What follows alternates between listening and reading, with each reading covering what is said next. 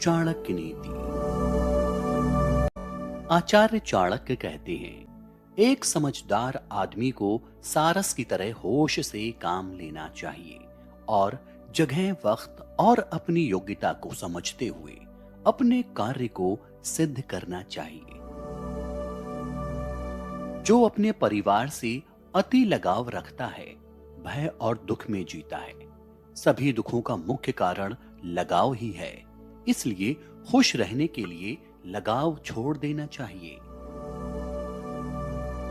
वो व्यक्ति जिसका ज्ञान बस किताबों तक सीमित है और जिसका धन दूसरों के कब्जे में है, वो जरूरत पड़ने पर ना अपना ज्ञान प्रयोग कर सकता है और ना ही धन।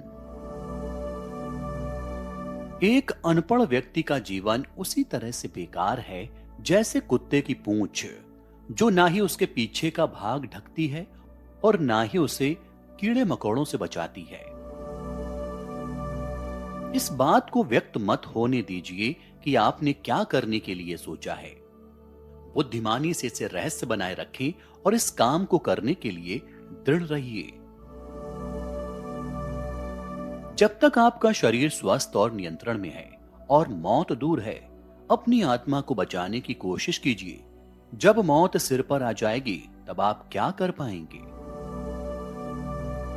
फूलों की सुगंध केवल वायु की दिशा में फैलती है, लेकिन एक व्यक्ति की अच्छाई हर दिशा में फैलती है। हमें भूत के बारे में पश्चाताप नहीं करना चाहिए, ना ही भविष्य के बारे में चिंतित होना चाहिए। विवेकवान व्यक्ति हमेशा वर्तमान में जीते हैं। पृथ्वी सत्य की शक्ति द्वारा समर्थित है। ये सत्य की शक्ति ही है जो सूरज को चमक और हवा को वेग देती है। दरअसल सभी चीजें सत्य पर निर्भर करती हैं।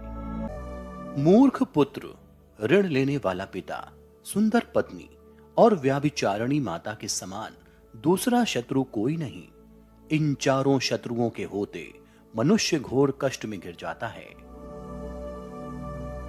यदि कोई यह समझता है कि उसके कारण अनेक लोगों को रोजगार मिल रहा है, उनको खाने को मिल रहा है, तो ये केवल उसका भ्रम है। सृष्टि पालक परमेश्वर है, तभी तो बच्चे के जन्म होते ही मां के स्तनों से खुद ही दूध निकलने लगता है। धन की कमी के कारण किसी को गरीब नहीं कहा जा सकता। धन तो कभी भी कमाया जा सकता है, लेकिन बेवकूफ विद्याहीन धनवान होने पर भी दीन का दीन ही बना रहता है। समाज में उसे पर्याप्त सम्मान नहीं मिलता। समय का चक्र किसी के रोके नहीं रुकता, चलता रहता है। अतः समय को पहचान कर तदानुसार कर्म करना चाहिए। गाय चाहे जो खा ले, दूध ही देगी। इसी प्रकार विद्वान कैसा भी आचरण करे, वो निश्चित ही अनुकरणीय होगा। परंतु ये तथ्य केवल समझदार ही समझ सकते हैं। एक एक शब्द ही एक दिन फिर विशाल समुद्र का रूप धारण कर लेता है।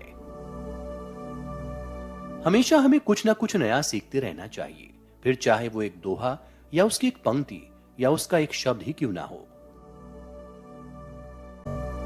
आचार्य चाणक्य कहते हैं, जो सच्चाई के रास्ते पर चलते हैं उनके जीवन में परेशानी जरूर आती है, लेकिन भगवान उनकी नाव को कभी डूबने नहीं देते।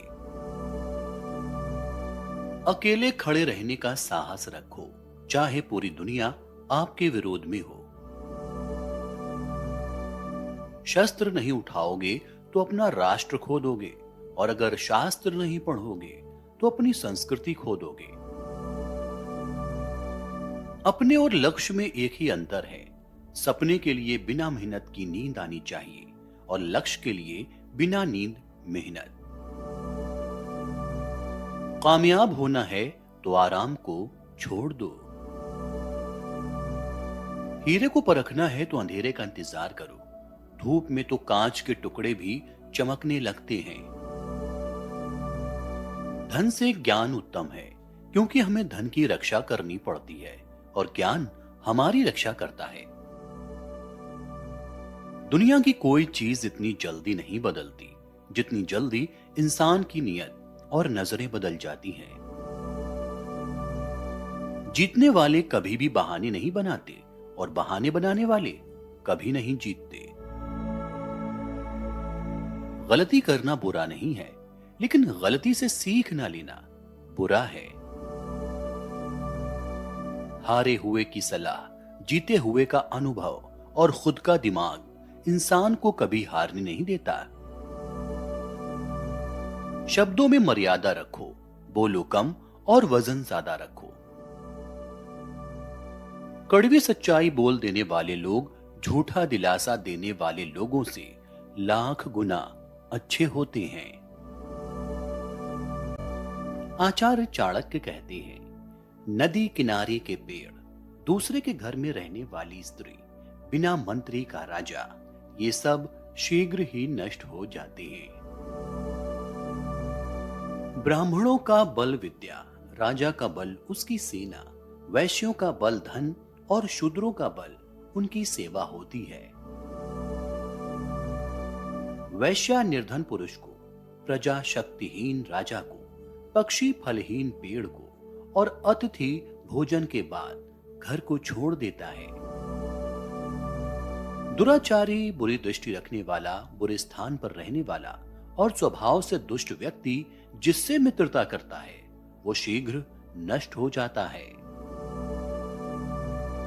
किसके कुल में दोष नहीं, किसको रोग ने पीड़ा नहीं दी है, किसको कष्ट नहीं मिला और कौन सदा सुखी रहता है, अर्थात ऐसा कोई नहीं है। अच्छा आचरण कुल का परिचय देता है, बोली देश का परिचय देती है, सम्मान स्नेह को प्रकट करता है और शरीर भोजन को प्रकट करता है। कन्या उच्च कुल में देनी चाहिए, पुत्र को विद्याधन में लगाना चाहिए, शत्रु को कष्ट देना चाहिए, मित्र को धर्म में लगाना चाहिए। दुष्ट व्यक्ति और सांप में से चुनना पड़े तो सांप को चुनना चाहिए, क्योंकि सांप तो मौत आने पर ही काटेगा, लेकिन दुष्ट पग पग पर कष्ट देगा।